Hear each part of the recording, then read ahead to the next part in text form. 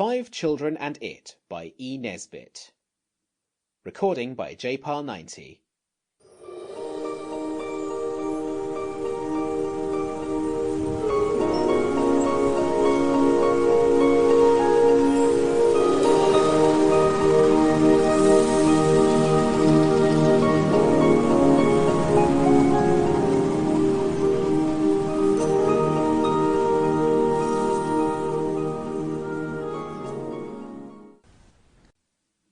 Chapter 1. Beautiful as the Day.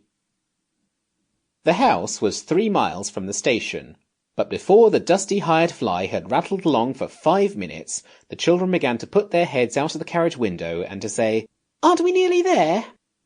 And every time they passed a house, which was not very often, they all said, "Oh, is this it?"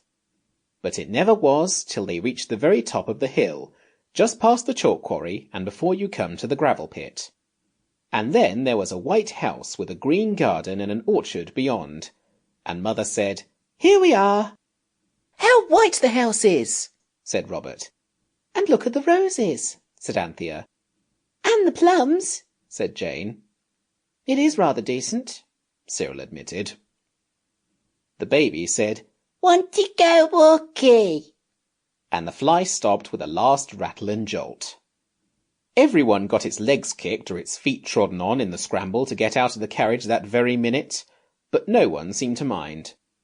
Mother, curiously enough, was in no hurry to get out, and even when she had come down slowly and by the step and with no jump at all, she seemed to wish to see the boxes carried in and even to pay the driver, instead of joining in that first glorious rush round the garden and the orchard and the thorny, thistly, briary, brambly wilderness beyond the broken gate and the dry fountain at the side of the house.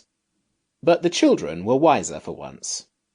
It was not really a pretty house at all. It was quite ordinary, and Mother thought it was rather inconvenient and was quite annoyed at there being no shelves to speak of and hardly a cupboard in the place. Father used to say that the ironwork on the roof and coping was like an architect's nightmare.